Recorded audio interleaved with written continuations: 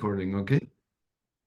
So Adam, congratulations on the film. I know it took you 8 years, and it shows because there are so many details. I mean, everything is so well created.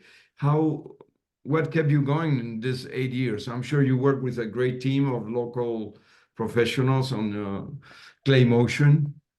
Well, it wasn't meant to take 8 years, and COVID slowed us down, that's for sure. And I just did an interview where people were saying, asking what was the most challenging part of the process, and I said, well, actually, making the film was the easy part. It was financing. Financing an adult claymation film that has challenging subject matter is tricky, particularly in a faraway place like Australia. But we had a lot of challenges. I think one of the biggest problems we had was because our budget was low, we had to compromise on the animation. So, for example, walking is very time consuming and expensive. So there's very little walking. We used what's called the Muppet technique. So none of the characters actually had legs. And also we had to limit the lip sync because that's very slow as well.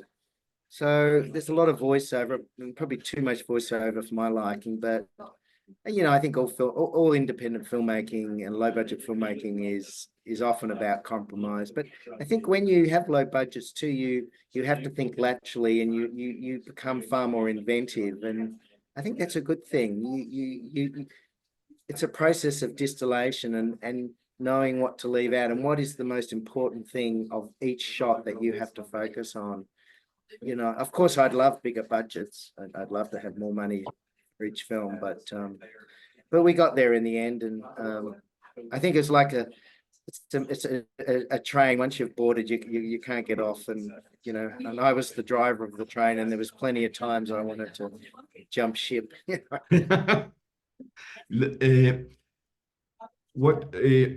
I guess it feels like a very personal project. And how personal it is, and who are you? Which of the characters are you, or we see you in all of them or in some of them? I think I'm in a lot of them. I think to varying degrees. My films certainly are works of fiction, but they are very autobiographical. I'd say Gilbert is probably the character I have the biggest affinity with, and there's a lot of elements of myself in his story and personality. Pinky's based on a lot of eccentric elderly friends I have. But then Grace, there's elements of myself in Grace. I was brought up in the 70s in Australia, and a lot of the buildings and environments and furniture and things they did as children are things that I did. So I'm not one of those writers who can just invent characters out of thin air. I really, I just look at the people around me and steal. I'm a bit of a sponge. I just absorb all the eccentricities of the people around me and create stories from there. How much freedom does a person that is creating this narrative through clay motion feels when I guess the universe of clay motion is open? I mean, you were talking about the financial limitations. Sorry, yeah, don't get too close to the camera. Yeah. Yeah, look, the financial limitations can get very frustrating. But ultimately, I always go back to the story, because the story is king, as most filmmakers would say. It's all about the script and a good story well told. I think I'm constantly trying to get a balance too between the comedy and the tragedy, the humor and the pathos. Light and shade. I love that quote: "Without the dark, the light has no meaning." And so I'm constantly trying to get a balance and a rhythm and a tone. And that's very tricky to do. You don't want to go too dark, and you don't want to be too frivolous and light. And I mean, ultimately, everybody's lives are a roller coaster and have highs and lows. And I think in animation, that's what I'm just trying to represent, is real life. And even though these are blobs of clay, I want them to become very real and authentic. And I want the audience to relate, and above all, I want the audience to empathize, to really feel for these characters and relate to them. Yeah. The writing is really great. There's a moment in which a character says, "Life is about living forward, not backward." So something like that, which I really love. Can you talk about that? There are certain messages in the film that are give us hope, regardless of the darkness of some characters that have to face death or loneliness or foster care and all those things. Yeah, look, that's one of my favorite quotes. Life can only be understood backwards, but we have to live it forwards. And that's by Soren Kierkegaard. And I've always loved that quote. I'd love to have that on my tombstone, or it'd be my epitaph, because we're constantly looking back and thinking, oh, if only I'd done this, and we're all full of regrets. And I think Grace through Pinky realizes that it's about the future, and we all have traumatic moments in our life. We all eventually lose somebody we care about, and I wouldn't say Grace is a heroic character. She does show bravery and courage, but she transforms to a degree. But I think in a way, the hero of the film is actually Sylvia the snail, because Sylvia is the one that points Grace towards the. I don't want to give away the film. No. But, yeah, I think Sylvia. But yeah. How much has the technique, the choreography has evolved since you started, I think since your Oscar? Yeah. Oh, look, the technology is incredible now. We can see what we're doing in high resolution. We have LED lights, digital cameras, the sound is all now created, digitally. We have digital sound libraries. It's wonderful. It's liberating. It's I think that's why stop motion's going through a bit of a renaissance, because we have so much more creative freedom, and there's so many more bells and whistles with all this software that we're using. But having said that, I think a lot of stop motion has become a bit too slick, and for us, we want to celebrate imperfection and strive for imperfection, and we don't want things to become too refined.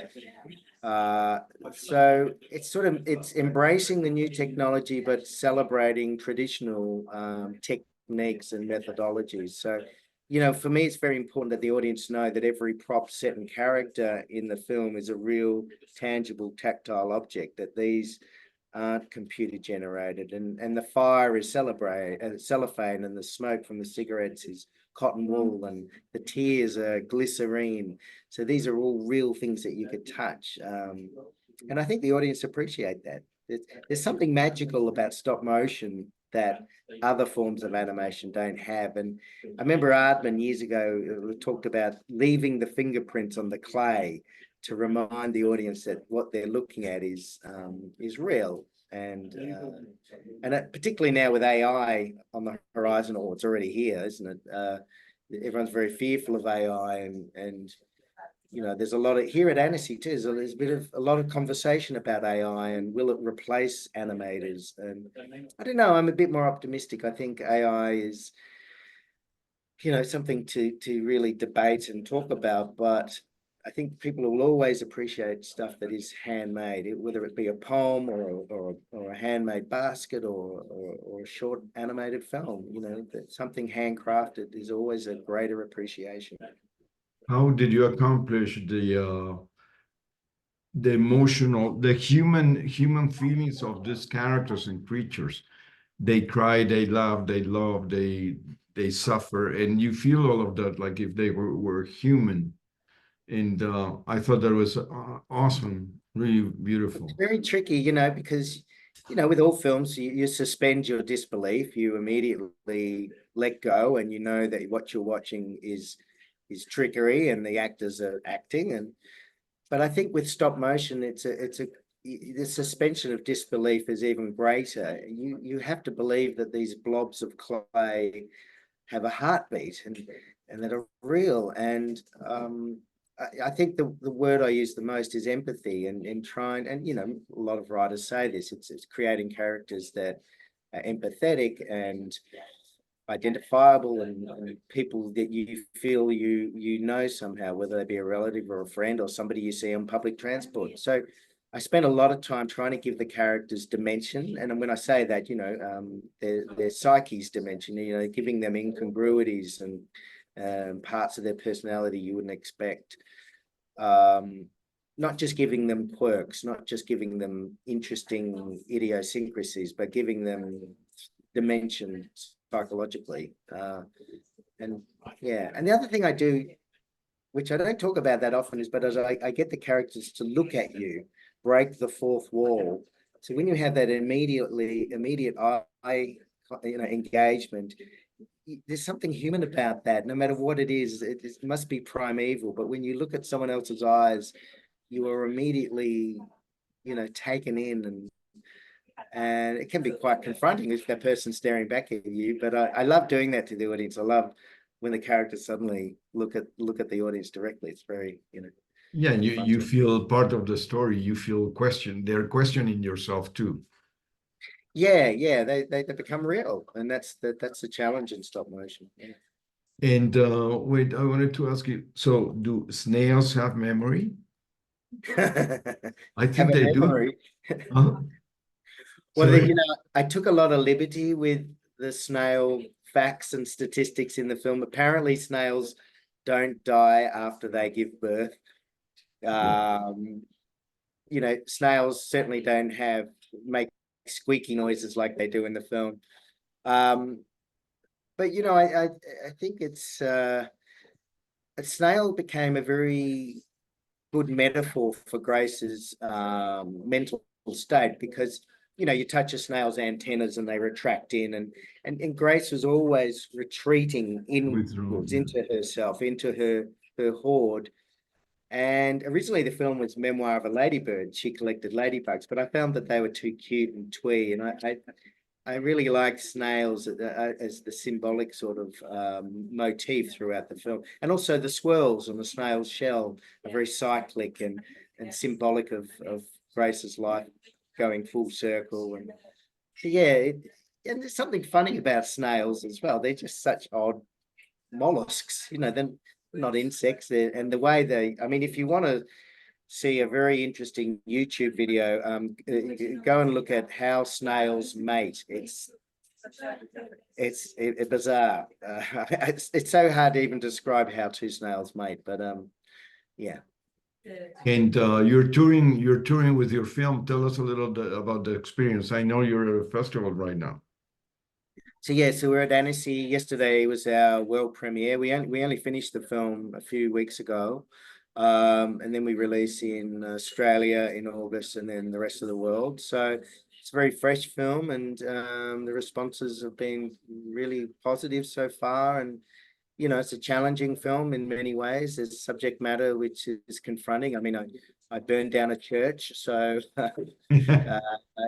but I think that's, as a filmmaker and as a writer, that's our job, is to take risks and confront the audience. Because I learned years ago that somebody said to me that if an art form becomes boring and stale, then it dies. So it's up to us artists to constantly push the boundaries and take risks. And so I've tried to do that with this film. And it's certainly not for children. No, but it's great. Wait, and then you have wonderful voices, great Australian actors and actresses guiding us. Can you talk about how did you do the casting for the film? Look, we're very lucky where I live in Melbourne, Australia. A lot of big name actors come from Melbourne. Cate Blanchett, Sarah Snook, Nick Cave is from Melbourne, and so they're all locals. And so Sarah was my first choice because even though in Succession she plays a very strong, confronting American, in real life Sarah's a much more soft, self-deprecating, kind, compassionate woman, and her voice is very neutral, and I really wanted that. I didn't want a voice that was too Australian. The Australian accent for a lot of people is very hard to understand. It's like a thick Irish accent. Yeah. So we're very lucky to get Sarah, and Eric Bana is a local. So they're all Melburnians, and I didn't have to look far. But also I wanted Jacki Weaver. Jacki Weaver, she's from Melbourne, although she now lives in Los Angeles. Yeah. Um, After the yeah, Oscar, I guess. yeah. She decided to. Yeah, she's just constantly in demand, and she was my first choice as well. So, and it was hard too because our budget is so small that these actors didn't get the money they deserved or would normally get. But I think once they read the script and they saw what I was trying to do, they jumped on board pretty quickly. So I was very lucky. Yeah. So, Adam, thank you very much and congrats. Oh, Great. thank you very much. Have a good festival. And thanks a lot Yeah, well, for I'm your starting time. to lose my voice, so I've just got to make it 3 more days, and then I'll be back to Australia. Great. Have a good trip and thank you. Thank you very much. Take care. Bye. Bye.